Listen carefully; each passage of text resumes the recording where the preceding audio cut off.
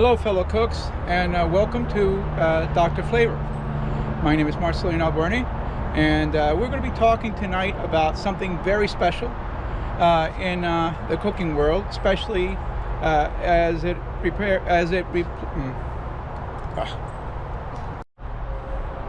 So let's look at what's involved at this point. First of all, I want to introduce to you my brother from another mother, Young Cho. It happens to be his birthday today, or actually yesterday, so wish him a happy birthday.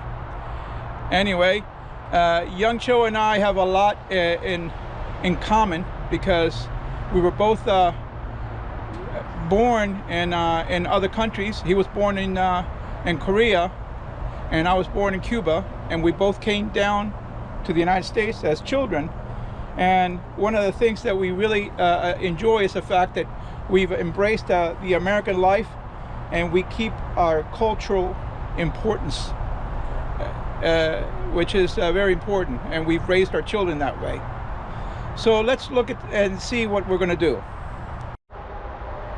I'm going to show you my pig cooker, and this is a work of art. Unfortunately, it looks a little bit rough because this is about 20 years old. The top was actually made for me by my brother-in-law, Dickie Tranter. He's actually a welder. How about that? So this is where the pig is housed, and I like to cook the pig with indirect heat and lots of smoke. This is the fire pit area. As you see, it's separated, and this actually held approximately 140 pounds of charcoal at one time. As you can see over here, my little Weber smoker is going on, and kicking butt. But we're not doing anything that we're going to cook today in it.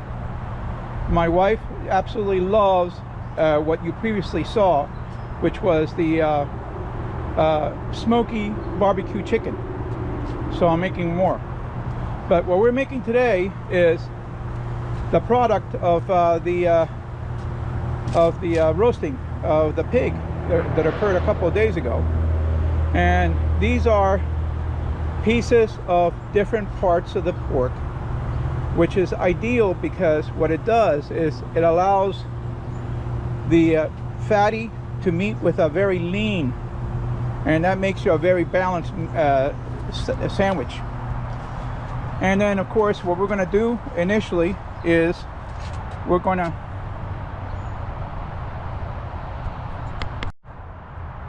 as I mentioned, the different mixes of the pork gives you a nice balance. Now what we're going to do is we're going to saute the onions, sweet onions, and olive oil, and we're going to caramelize this. We're going to add to this the mojo criollo, the liquid, and then we're incorporating the meat into this.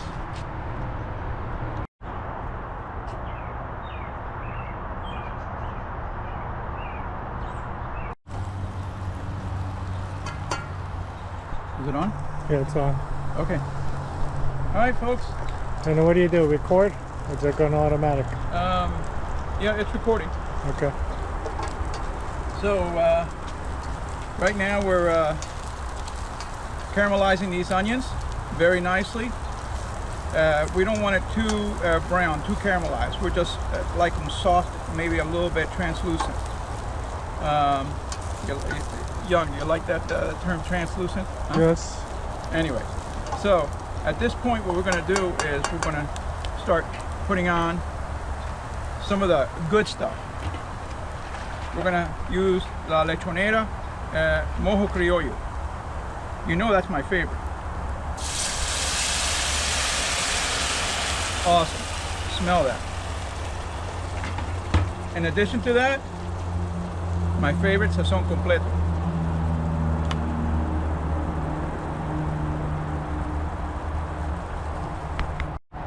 don't know why it's doing that.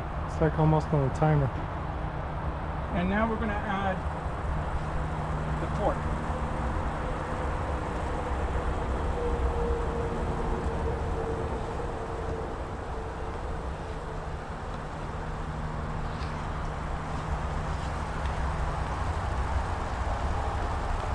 And we're just going to simply toss that around and let it cook a little bit further until it's perfect. You can turn it off. Okay, so let's look a little bit more closely, Young. See this right here? Again, you have a mix of the white meat and the dark meat. You see a little bit of that natural fat in there. You see the onions. You see, you don't see so much of the liquids because they've been absorbed. And at this point, we're going to stop this and we're going to start creating our sandwich. All right, stop. Okay. Okay, this is the next part. We're going to put some of this lovely meat onto. Now, unfortunately, this is not Cuban bread. Up here, up north, it's very hard to get Cuban bread. So we have to elaborate. In this case, we're using French bread. So what we're doing is we're piling it up nice and rich.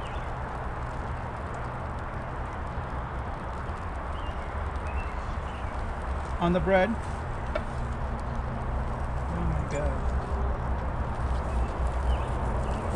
Sure there's enough meat on there, Mars? There should be enough meat. Should be enough meat. All right, so there we go. So the next part is we're going to put on the bread on top of this. The bread on top of this. We're going to, I already buttered the bottom of the sandwich. So we're going to put butter on the top of the sandwich. Every Cuban bread, you got? Every Cuban sandwich gets butter on top. All right, so we're going to put it on.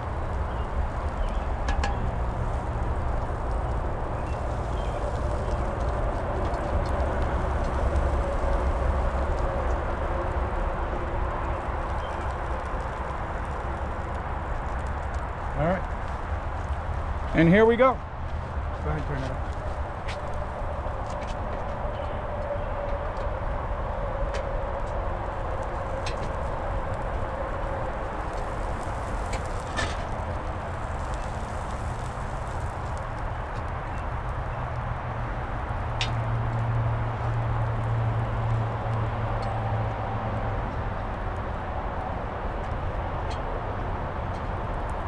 Ow, that's hot. All right. You turn it off, right? Okay, let's check this out.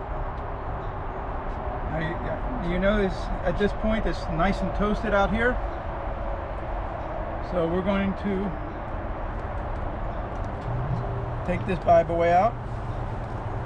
Unfortunately, with this French bread, it's got way too much bread. But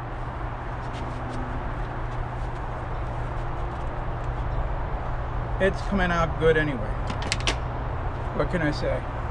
Actually, it's going to come out terrific. So what we're going to do is we're just going to, normally in a Cuban sandwich or a pan con lechon, we cut it diagonally and we eat it that way. But in this case, because we're going to get bite size. All right, off. Okay, so now we're going to taste the product. Young, you can have this, and I know, and I'll tell you one thing. I know that Young likes it a little bit spicy, so he's going to put a little bit of spice on it.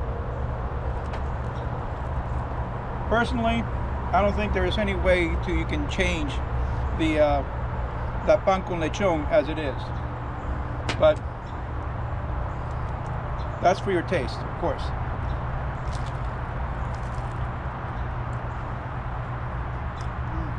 It is gorgeous. Wow. The butter on top of the bread, on the griddle, on the press, panini press, gives it a nice crisp crunch. And then the goodness, the juicy goodness from the pork is fantastic. This is awesome. So,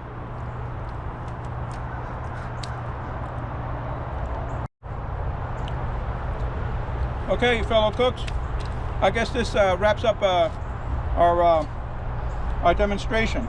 This is pan con lechon, which is the genuine article, the Cuban sandwich.